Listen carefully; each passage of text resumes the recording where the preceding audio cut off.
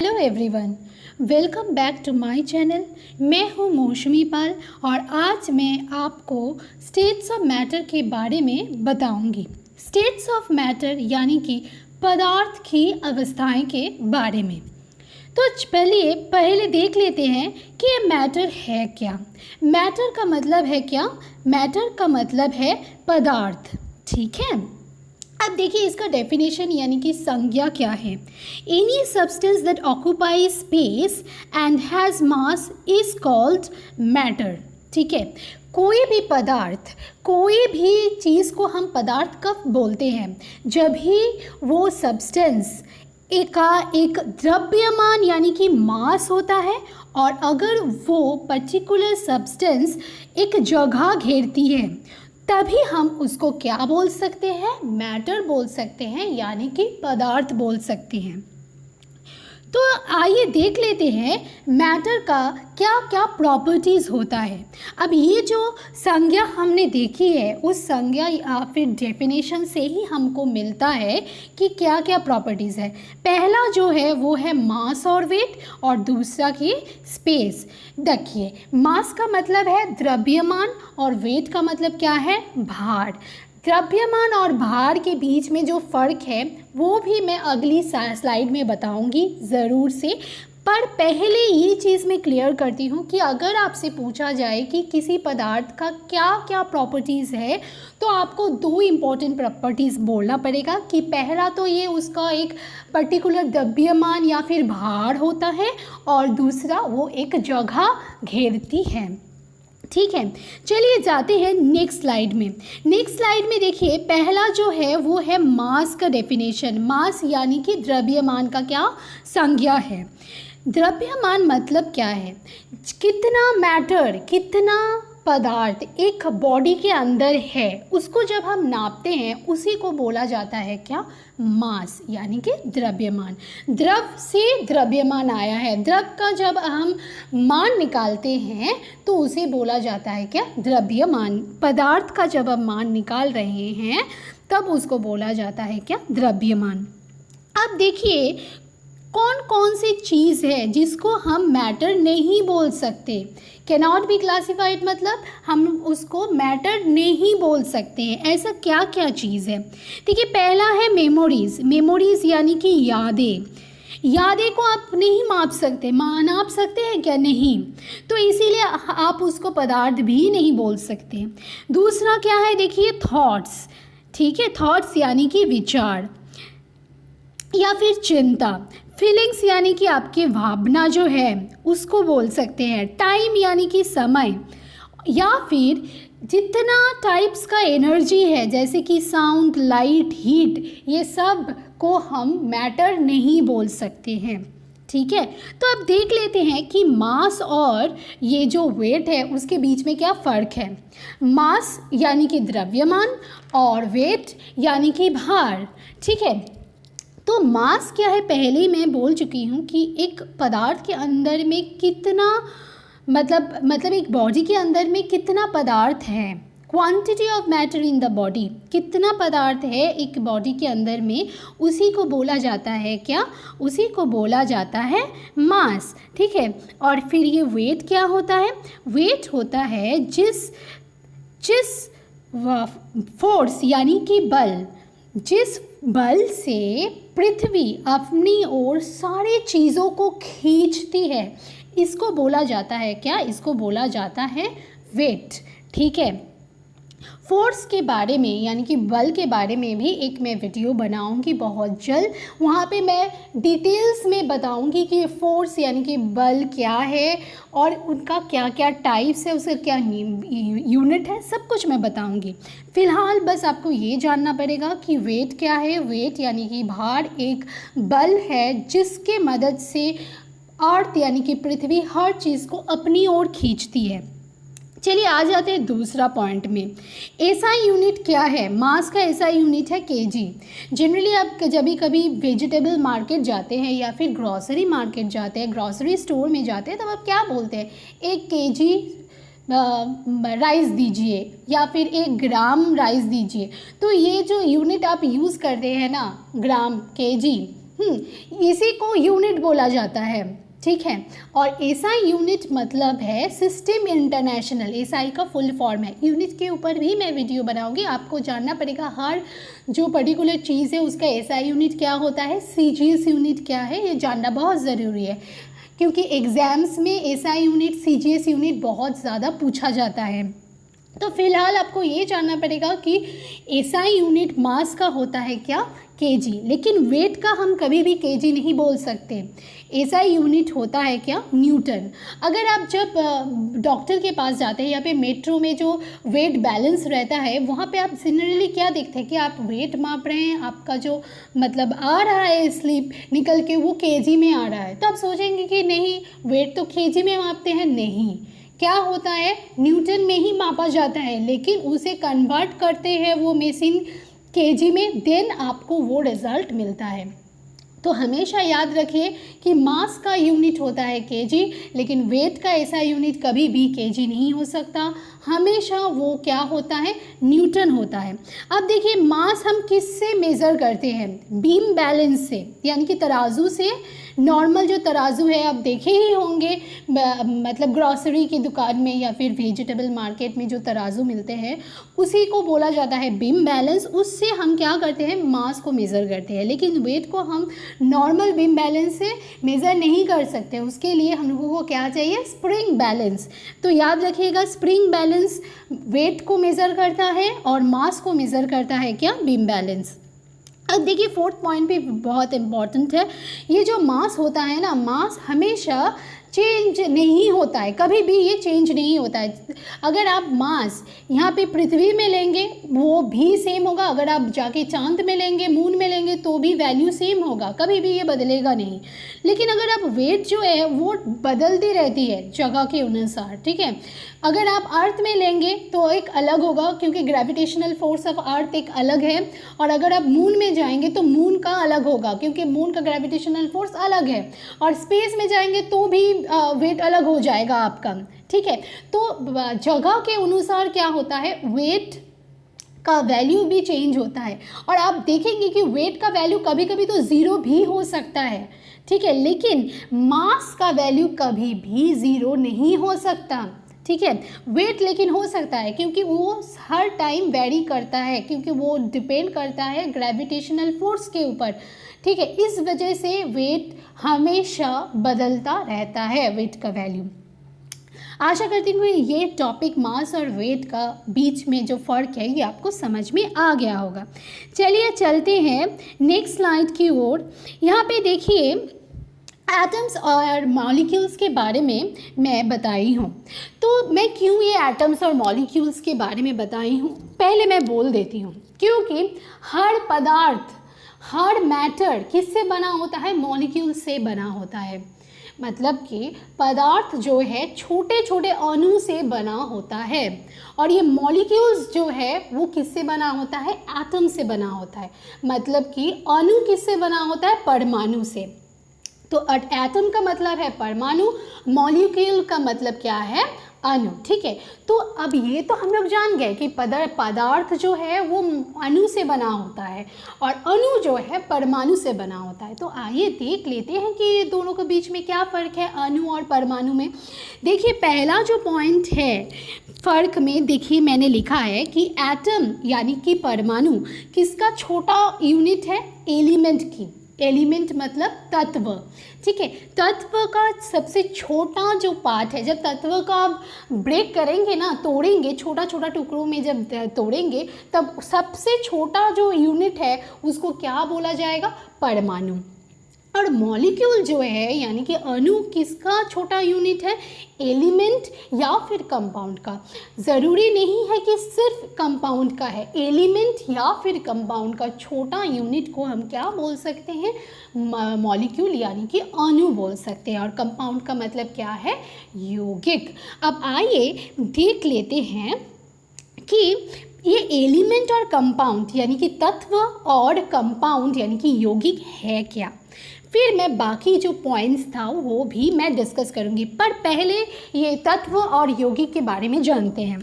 तो ये एलिमेंट क्या है, देखिए एलिमेंट कोई भी प्योर सब्सटेंस है जो एक ही तरह का अणु से बना होता है। देखिए मैंने लिखा है only one kind of atoms, मतलब एक ही तरह का परमाणु से बना होता है, ठीक है, एक ही तरह का, कोई और तरह का परमाणु नहीं रहता है, एक ही तरह का परमाणु से जो सब्सटेंस बना होता है और जिसको हम तोड़ के कोई दूसरा या तीसरा या और भी ज़्यादा सब्सटेंस नहीं मिल सकता, उसको क्या बोला जाता है, एलिमेंट यानी कि तत्व। ठीक है, देखिए जैसे कि एक उदाहरण है यहाँ पे सोडियम और क्लोरीन, इन दोनों को हम एलिमेंट बोलते हैं, क्योंकि जब भी आप सोडियम एलिमेंट को तोड़ेंगे, इसको जब भी तोड़ेंगे तो क्या आपको कभी भी क्लोरीन नहीं मिल जाएगा या फिर हाइड्रोजन नहीं मिलेगा या फिर ऑक्सीजन नहीं मिलेगा या कोई भी और एलिमेंट नहीं मिलेगा, आपको हमेशा किसका परमाणु मिलेगा, सोडियम का ही परमाणु मिलेगा, क्योंकि सोडियम का हर एक यूनिट किससे बना है, सोडियम परमाणु से ही बना है। या फिर अगर क्लोरीन को आप पकड़ लेते हैं तो क्लोरीन का हर एक छोटा छोटा टुकड़ा क्लोरीन एटम से ही बना है। ये कभी भी नहीं होगा कि क्लोरीन को जब तोड़ेंगे आपको थोड़ा सा सोडियम मिल गया, आपको थोड़ा सा हाइड्रोजन मिल गया, थोड़ा सा आयरन मिल गया, ये कभी भी नहीं होगा। सबसे छोटा यूनिट हमेशा की तरह क्लोरीन एटम ही होगा, ठीक है। जो तत्व एक ही तरह का एटम से बना होता है, एक ही तरह का परमाणु से बना होता है, उसे क्या बोला जाता है, एलिमेंट यानी कि तत्व। ठीक है, अब चलिए दूसरा जो है वो है कंपाउंड, इसके बारे में बोलते हैं कि ये कंपाउंड यानी कि यौगिक फिर क्या है। अगर दो एलिमेंट यानी कि दो तत्व, हमेशा दो नहीं, दो से ज़्यादा भी हो सकता है, दो या दो से ज़्यादा एलिमेंट यानी कि तत्व जब एक दूसरे के साथ रिएक्शन करता है, जब केमिकली कंबाइन करता है, जब एक के साथ दूसरा केमिकल कम्बिनेशन करता है, तब क्या मिलता है, कंपाउंड मिलता है। ठीक है, यानी कि यौगिक मिलता है। ठीक है, जैसे कि यहाँ पे एक उदाहरण मैंने लिया है क्या, सोडियम क्लोराइड। देखिए NaCl मैंने एक उदाहरण लिया है। यहाँ पे देखिए जब सोडियम क्लोराइड कैसे बना है, सोडियम और क्लोरीन ये दो तत्व मिलकर केमिकली कंबाइन होके क्या बना है, सोडियम क्लोराइड बना है, जो कि एक यौगिक है। और एक चीज़ भी देखिए, इस डेफिनेशन मैंने लिखा है कि in a fixed proportion by mass. Fixed proportion मतलब एक रेशियो मेंटेन करता है हमेशा। ये जो NaCl है ना, हमेशा 1:1 रेशियो ही मेंटेन करता है। ठीक है, अगर आप ऐसा करेंगे, रेशियो चेंज करके 1:5 कर देंगे, तो कभी भी उसे हम NaCl नहीं बोलेंगे, सोडियम क्लोराइड नहीं बोलेंगे, तब वो अलग हो गया। मतलब आप सोडियम क्लोराइड ऐसे रेशियो चेंज नहीं कर सकते, आपको हमेशा ये फिक्स्ड प्रोपोर्शन मेंटेन करना पड़ेगा। यहाँ पे 1:1 है, मतलब आपको 1:1 रेशियो में ही दोनों को मिलाना है। ठीक है, अब ऐसा नहीं कर सकते 2:5, ऐसा नहीं कर सकते, या फिर 5:7, ऐसा रेशियो आप नहीं कर सकते। हमेशा वो चीज़ आपको मेंटेन करना पड़ेगा। मतलब इस एग्जाम्पल के तरफ मैं बोल रही हूँ, मतलब यहाँ पे NaCl जो है वो 1:1 रेशियो है।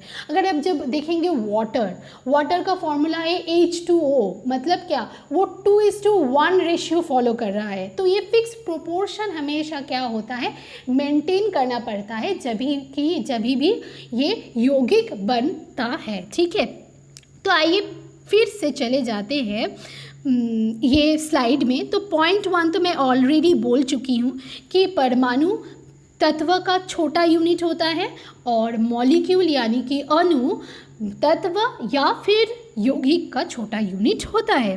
अब देखिए एटम्स जो है, इसको बोला गया है कि इसे डिवाइड हम कैसे कर सकते हैं, 3 पार्ट में डिवाइड कर सकते हैं। एक है प्रोटॉन, एक है इलेक्ट्रॉन और तीसरा क्या है, तीसरा है न्यूट्रॉन। पर जॉन डाल्टन बोल के एक केमिस्ट थे, वो बोले थे कि एटम्स जो है उसको कभी हम डिवाइड नहीं कर सकते हैं। ये डाल्टन बोले थे। लेकिन बात ये है कि डाल्टन का ये थ्योरी लेकिन गलत है, क्योंकि एटम्स को अभी हम मॉडर्न केमिस्ट्री में देखा गया है कि हम एटम्स को तोड़ सकते हैं, और वो जो छोटा छोटा पार्ट है वो है प्रोटॉन्स, न्यूट्रॉन्स और इलेक्ट्रॉन्स। ये आपको याद रखना पड़ेगा। अब देखिए, अगर मॉलिक्यूल्स की ओर आ जाते हैं तो मॉलिक्यूल्स भी दो तरह का होता है, एक है होमोन्यूक्लियर और एक हेटेरोन्यूक्लियर। देखिए, होमो का मतलब होता है एक ही तरह का परमाणु से अगर बना है तो, और हेटेरो मतलब है अगर दो या दो से ज़्यादा परमाणु मिलके अगर बनता है, तो अलग अलग परमाणु मिलके बनता है तो वो हो जाता है हेटेरो मतलब अलग अलग परमाणु, और होमो मतलब होता है एक ही टाइप का परमाणु। देखिए, एक उदाहरण देती हूँ मैं, जैसे कि H2 में आप देखेंगे कि दो परमाणु हाइड्रोजन के दो परमाणु मिलके एक अणु हो गया हाइड्रोजन का। ठीक है, अब जब हम NaCl देख रहे हैं, सोडियम क्लोराइड को कंसीडर कर रहे हैं, यहाँ पे देखिए सोडियम एक परमाणु है और यहाँ पे एक क्लोरीन का परमाणु भी है। ठीक है, तो दो अलग अलग परमाणु मिलके क्या हो रहा है, एक मॉलिक्यूल NaCl हो रहा है। ठीक है, तो NaCl को हम बोलेंगे हेटेरोन्यूक्लियर और H2 को क्या बोलेंगे, होमोन्यूक्लियर। ठीक है, ऐसे करके हम किसी चीज़ को होमो या हेटेरो बोल सकते हैं। तो एक सवाल आपके लिए जो आप कमेंट में बोल सकते हैं, अगर मैं बोलूँ O2 होमोन्यूक्लियर होगा या हेटेरोन्यूक्लियर होगा? एक तो O2 का सवाल हो गया, और एक मैं सवाल पूछती हूँ H2O यानी कि वाटर। बहुत सिंपल क्वेश्चन कर रही हूँ मैं। H2O होमोन्यूक्लियर है या हेटेरोन्यूक्लियर? O2 का भी बोलेंगे। अगर आपको इसका आंसर पता है, अगर समझ में आ रहा है मेरा वीडियो, तो ज़रूर से आप कमेंट सेक्शन में लिखिए कि O2 किस टाइप का है, होमोन्यूक्लियर और हेटेरोन्यूक्लियर, और H2O होमोन्यूक्लियर है या हेटेरोन्यूक्लियर है। ये आपका सवाल है आज के लिए। चलिए जाते हैं तीसरा पॉइंट में देखिए क्या है, atoms combine in different numbers to form molecules. यानी कि एटम्स अलग अलग नंबर्स में कंबाइन होता है एक मॉलिक्यूल होने के लिए। देखिए, जब O2 है तब क्या है, दो एटम मिला के एक ऑक्सीजन हो रहा है। अब जब O3 बोल रहे हैं तब तीन एटम यानी कि तीन परमाणु O मिलके क्या हो रहा है, ओजोन हो रहा है। ठीक है, O3 मतलब ओजोन, तो एक मॉलिक्यूल ओजोन हो रहा है। तो देखिए, एटम्स अलग अलग नंबर में कंबाइन होके क्या होता है, मॉलिक्यूल्स बनता है। अब देखिए यहाँ पे तीसरा नंबर पे क्या है, molecules are formed by the combination of two or more same or different atoms. Molecules कैसे तैयार होता है, दो या दो से ज़्यादा सेम या फिर डिफरेंट भी एटम से भी हो सकता है। सिंपली होमोन्यूक्लियर और हेटेरोन्यूक्लियर के बारे में ही यहाँ पे बोला है। देखिए, H2 और NaCl, तो NaCl में देखिए दो अलग अलग एटम्स हैं, डिफरेंट एटम्स हैं, और H2 में सेम एटम्स हैं, दो हाइड्रोजन एटम है। ठीक है, अब देखिए आते हैं फोर्थ पॉइंट में क्या बोला गया है। देखिए, atoms are not capable of independent existence. Independent existence मतलब होता है स्वतंत्र अस्तित्व। ठीक है, ये अकेले नहीं रह सकता परमाणु। हमेशा परमाणु दूसरे परमाणु के साथ कंबाइन होना चाहता है, मिलकर मॉलिक्यूल बनना चाहता है, यानी कि अणु बनना चाहता है। ठीक है, इसीलिए वो स्टेबल भी नहीं है, यानी कि स्थायी नहीं है। अब देखिए यहाँ पे मॉलिक्यूल्स में क्या देखेंगे, molecules are capable of independent existence. Molecules यानी कि अणु जो होता है वो लेकिन मतलब स्थायी रूप से है, ये स्थायी रहता है, ये स्वतंत्र अस्तित्व इसका होता है। ठीक है, अब फिफ्थ पॉइंट में आ जाते हैं। देखिए यहाँ पे एक एक्सेप्शन है, नोबल गैसेस लेकिन हमेशा क्या होता है, स्टेबल होता है, और ये एक एक्सेप्शन है। और नोबल गैसेस के बारे में तो दूसरा वीडियो में मुझे बोलना पड़ेगा, क्योंकि नोबल गैसेस का नाम, डेफिनेशन सब आपको जानना पड़ेगा। ठीक है, तो अभी इस वक्त मैं नोबल गैस के बारे में नहीं बोलूँगी, पर मैं नोबल गैसेस के ऊपर भी एक वीडियो लाऊंगी। और फिलहाल इस जगह पे बस इतना ही जानिए कि एटम्स स्टेबल नहीं है, हमेशा ये दूसरे परमाणु के साथ मिलित होके हमेशा अणु बनना चाहता है, ठीक है। और ये इसका एक्सेप्शन क्या है, नोबल गैस लेकिन स्टेबल होता है, ठीक है। अब तक फ़िलहाल ये जान लीजिए। अब देखिए क्या है fifth point, they show a certain level of reactivity. यहाँ पे आप देखेंगे कुछ रिएक्टिविटी है, ठीक है। ये कुछ लेवल का रिएक्शन करता है, बहुत अच्छे से रिएक्शन करता है मॉलिक्यूल बनने के लिए। और मॉलिक्यूल में देखेंगे कि रिएक्टिविटी बहुत कम होता है, मतलब कि दूसरे के साथ रिएक्शन करने का जो रेट है वो बहुत कम है। एग्जाम्पल मैंने दिया है, देखिए O और यहाँ पे O2 मतलब 2 ऑक्सीजन एटम मिल के एक ऑक्सीजन मॉलिक्यूल बन रहा है, ठीक है। आशा करती हूँ कि एटम्स और मॉलिक्यूल्स यानी कि अणु और परमाणु का जो फ़र्क है वो आपको समझ में आ गया है। अब आ जाते हैं कि स्टेट्स ऑफ मैटर, यानी कि पदार्थ की अवस्थाएं कितना हो सकता है, 3 हो सकता है। देखिए, सॉलिड यानी कि ठोस, लिक्विड यानी कि द्रव और गैस, ठीक है, ये 3। और कभी कभी आप देखेंगे कि फोर्थ स्टेट भी एक है, और फोर्थ स्टेट का नाम जान लीजिए। फोर्थ स्टेट का नाम है प्लाज्मा, ठीक है। प्लाज्मा है फोर्थ स्टेट। फोर्थ स्टेट है क्या, प्लाज्मा, ठीक है। और प्लाज्मा के बारे में बस नाम जानना ही काफ़ी है, ज़्यादा जानने की ज़रूरत नहीं है, क्योंकि ये सिलेबस के बाहर है, उतना जानने की ज़रूरत नहीं है। जो आप लोगों को जानना पड़ेगा वो है सॉलिड, लिक्विड और गैस के बारे में। तो आइए देख लेते हैं, ये सॉलिड, लिक्विड, गैस के अंदर ये जो अणु होता है, ये अणु कैसे करके रहता है, ठीक है, ये मैं दिखाती हूँ। चलिए, तो देखिए पहला जो है वो है मॉलिक्यूलर मॉडल ऑफ सॉलिड। अगर आप अच्छे से ये पिक्चर देखेंगे तो देखिए कैसे करके ये मॉलिक्यूल्स हैं। ये मॉलिक्यूल्स एकदम टाइटली पैक्ड है, ठीक है, एकदम टाइटली पैक्ड है, और 2 मॉलिक्यूल्स के बीच में बिल्कुल भी गैप नहीं है। आप देख सकते हैं एकदम टाइट है, ठीक है। तो इसीलिए हम ये बोल सकते हैं कि यहाँ पे जो इंटरमॉलिक्यूलर फोर्स ऑफ अट्रैक्शन है वो बहुत स्ट्रॉन्ग होती है सॉलिड में। सॉलिड में क्या होती है, ये बहुत स्ट्रॉन्ग होती है, ठीक है। इंटरमॉलिक्यूलर फोर्स ऑफ अट्रैक्शन मतलब क्या है, अट्रैक्शन मतलब आकर्षण, ठीक है, आकर्षण, ठीक है। इंटरमॉलिक्यूलर फोर्स ऑफ अट्रैक्शन मतलब है अणुओं के बीच में जो आकर्षण या फिर प्रतिकर्षण है उसे बोला जाता है क्या, इंटरमॉलिक्यूलर फोर्स ऑफ अट्रैक्शन, ठीक है। मतलब कि अंतर आणविक बल इंटरमॉलिक्यूलर फोर्स ऑफ अट्रैक्शन का हिंदी है, ठीक है। मतलब कि 2 मॉलिक्यूल्स या फिर 2 एटम्स या फिर 2 आयंस के बीच में जो बल है, और वो बल आकर्षक बल भी हो सकता है और प्रतिकर्षण भी हो सकता है, मतलब कि अट्रैक्शन हो सकता है और फिर या फिर रिपल्सन भी हो सकता है। तो उसे बोला जाता है क्या, इंटरमॉलिक्यूलर फोर्स ऑफ अट्रैक्शन, या फिर हम बोल सकते हैं अंतराणुक अवकाश, ठीक है, या फिर अंतर आणविक बल, इसे हम बोल सकते हैं।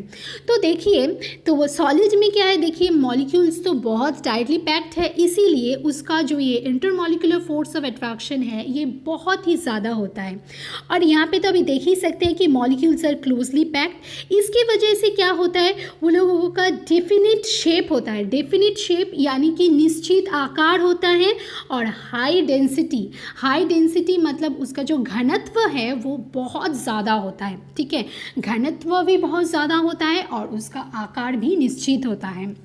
अब देखिए आ जाते हैं कि इंटरमॉलिक्यूलर स्पेस में। इंटरमॉलिक्यूलर स्पेस मतलब क्या है, इंटरमॉलिक्यूलर स्पेस मतलब 2 मॉलिक्यूल के बीच में जो गैप है उसे बोला जाता है क्या, इंटरमॉलिक्यूलर स्पेस। यानी कि अगर ये आप अच्छे से देखेंगे तो आपको समझ में आ जाएगा, ये मॉलिक्यूल और ये मॉलिक्यूल अगर आप कंसिडर करेंगे तो देखिए 2 मॉलिक्यूल के बीच में बिल्कुल भी गैप नहीं है। इसीलिए मैंने यहाँ पे लिखा है कि नेग्लिजिबल, इंटरमॉलिक्यूलर स्पेस है नेग्लिजिबल, मतलब 2 मॉलिक्यूल्स के बीच में गैप बिल्कुल भी नहीं है, मतलब बहुत ही कम है, एकदम नगण्य आप बोल सकते हैं, ठीक है, नेग्लिजिबल है। और देखिए ये जो फोर्थ पॉइंट यहाँ पे क्या है, मूवमेंट ऑफ मॉलिक्यूल्स, मतलब कि अणु की गति के बारे में आप जानेंगे कि सॉलिड में अणु की गति कैसा होता है। ये क्या करते हैं ना, they only vibrate about their mean position, उसका जो ओरिजिनल पोजीशन में है वहाँ पे सिर्फ वो लोग वाइब्रेट करता है, ठीक है, कांपते हैं, उसको कहता है वाइब्रेशन, ठीक है, तो वहाँ पे वो वाइब्रेट करते हैं। इसकी वजह से क्या होता है, सो दे हैव डेफिनिट साइज, ठीक है, यानी कि उसका एक निश्चित आकार होता है इस वजह से, ठीक है। चलिए आप देखते हैं मॉलिक्यूलर मॉडल ऑफ लिक्विड, ठीक है। तो ये मॉलिक्यूलर मॉडल ऑफ लिक्विड में आप क्या देखेंगे, देखिए यहाँ पे पहला जो पॉइंट आएगा वो है इंटरमॉलिक्यूलर फोर्स ऑफ अट्रैक्शन। फिर से तो यहाँ पे इंटरमॉलिक्यूलर फोर्स ऑफ अट्रैक्शन उतना स्ट्रॉन्ग तो बिल्कुल भी नहीं है जितना कि सॉलिड्स यानी कि ठोस में आप देखे थे कि उसका इंटरमॉलिक्यूलर फोर्स बहुत ही ज़्यादा था, लेकिन इसमें लिक्विड में इतना ज़्यादा नहीं होता है, ठीक है। और मॉलिक्यूल्स जो है वो लूजली पैक्ड है, आप देख सकते हैं कि इन दोनों के बीच में थोड़ा बहुत गैप है, ठीक है, इसीलिए बोल रहा है कि ये लूजली पैक्ड है, उतना टाइटली पैक्ड नहीं है जैसे कि हम सॉलिड्स में देखे थे। तो इस वजह से हम क्या बोल सकते हैं, इसीलिए उन लोगों का कोई डेफिनिट शेप नहीं होता है, लेकिन एक डेफिनिट वॉल्यूम होता है।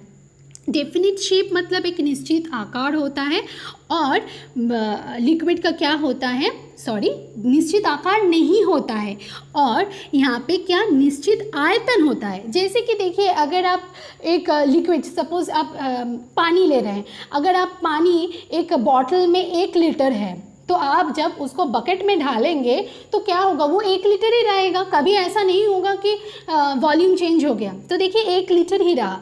लेकिन आप देखिए एक चीज़ अच्छे से अगर नोटिस करेंगे तो जब मैं बॉटल में रखी थी वो वाटर को या पानी को हम जब रखी थी तब वो बॉटल का आकार ले लिया था, है ना, और जब हम बकेट में डाल रहे हैं तो वो बकेट का आकार ले रहा है। अगर आप मग में डालेंगे तो मग का आकार ले लेगा, अगर आप जार में डालेंगे तो जार का आकार ले लेगा।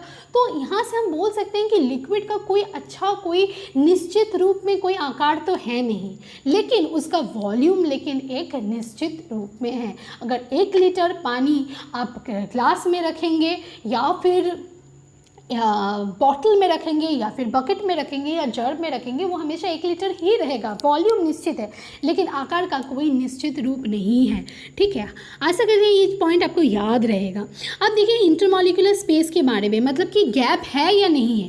गैप है, देखिए अच्छे से आप अगर नोटिस करेंगे ये पिक्चर तो देखेंगे कि अणुओं के बीच में गैप तो है लिक्विड के क्षेत्र में, तो और वो सॉलिड से कहीं गुना ज़्यादा है, ठीक है। अब देखते हैं कि लिक्विड में यानी कि द्रव में मॉलिक्यूल्स का कैसा गति है, मतलब अणुओं का क्या गति है।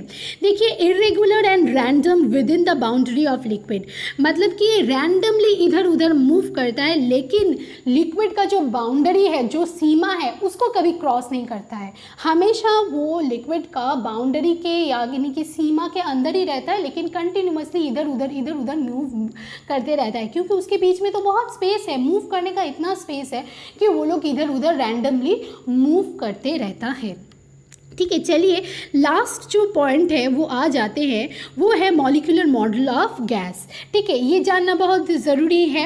इंटरमॉलिक्यूलर फोर्स ऑफ अट्रैक्शन जो है इस केस में नेग्लिजिबल है। नेग्लिजिबल मतलब ना के बराबर, ठीक है, बहुत ही कम, नगण्य एकदम है, लेकिन बहुत ही कम इंटरमॉलिक्यूलर फोर्स ऑफ अट्रैक्शन है गैस के क्षेत्र में। क्योंकि देख सकते हैं आप ये पिक्चर अगर अच्छे से देखेंगे तो देखेंगे कि अणु के बीच में जो गैप है ये बहुत ज़्यादा है, तो अट्रैक्शन भी तो बहुत कम होगा ना। अगर बहुत पास होता तो अट्रैक्शन ज़्यादा होता, अगर दूर है तो उतना फोर्स ऑफ अट्रैक्शन ज़्यादा नहीं हो सकता। और यहाँ पे आप देखेंगे कि molecules are least closely packed. हाँ, लीस्ट क्लोजली पैक्ड मतलब कम से कम पैक्ड है, ठीक है, बहुत दूर एक दूसरे से बहुत दूर है, देख सक रहे हैं आप। इसी वजह से यही रीज़न है कि एक गैस का ना कोई अच्छा सा आकार होता है और ना ही कोई आयतन होता है। वॉल्यूम का मतलब है आयतन, ना ही आयतन होता है और ना ही एक अच्छा आकार होता है, ठीक है। अब देखिए इंटरमॉलिक्यूलर स्पेस, अब क्या देखेंगे, मतलब दो मॉलिक्यूल्स के बीच में जो गैप है वो कैसा होता है ना, लार्जेस्ट होता है, बहुत ही ज़्यादा होता है। और मॉलिक्यूल्स कैसे मूव करता है, मॉलिक्यूल्स यानी कि अणु कैसे मूव करता है मतलब गैस के अंदर। तो अब देखेंगे कि हमेशा ये एक दूसरे के साथ कोलाइड करती है, जैसे कि टकराती है। सिर्फ एक दूसरे के साथ नहीं टकराती है, अब जो मतलब पात्र में आप रखे हैं ना, ये पात्र में रखे हैं, इस पात्र का जो दीवार यानी कि वॉल है, वॉल के साथ भी ये कंटिन्यूअसली टकराती है। और जब ये टकराती है तो क्या होगा, ये कंटिन्यूअसली इधर उधर मूव करने लगेगा। तो इसीलिए कंटिन्यूअसली एक रैंडम मोशन में मूव करते रहता है, ठीक है। और ये मोशन को पता है आपको क्या बोला जाता है, इसको बोला जाता है ब्राउनियन मोशन, ठीक है। और ये ब्राउनियन मोशन एक बोटनिस्ट है रॉबर्ट ब्राउन, इसके नाम में किया गया था, ठीक है। तो यहाँ पे हम देख सकते हैं कि गैसेस में बहुत ही ज़्यादा ये मतलब रैंडमली इधर उधर मूव करता है। इस वजह से क्या होता है, कंटिन्यूअसली एक दूसरे के साथ टकराती है। हो गया, तो यही बात है मॉलिक्यूलर मॉडल ऑफ गैस की। तो मैं इतना बोल सकती हूँ कि आशा करती हूँ कि आपको ये लेसन समझ में आया है। पार्ट 1 में मतलब इसमें डिस्कस की हूँ, मतलब ये पार्ट 1 है। और पार्ट 2 में मैं बताऊँगी, देखिए पार्ट 2 में मैं बताऊंगी और भी, मतलब जैसे कि सॉलिड लिक्विड गैस के बीच में क्या क्या फ़र्क है, हाँ। और आज के लिए लेकिन इतना ही। देखिए ये सब चीज़ मैं ऑलरेडी डिस्कस कर चुकी हूँ, intermolecular force of attraction, intermolecular space, Brownian motion, मैं सब बोल चुकी हूँ, है कि नहीं।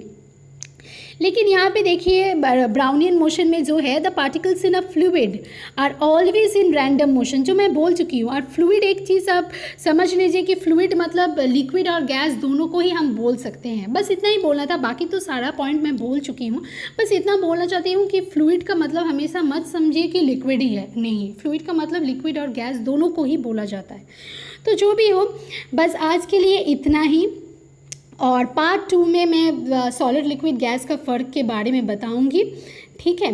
और अगर आज का वीडियो आपको अच्छा लगा है तो इसे लाइक और सब्सक्राइब कीजिए। Thank you, take care of yourself, bye bye.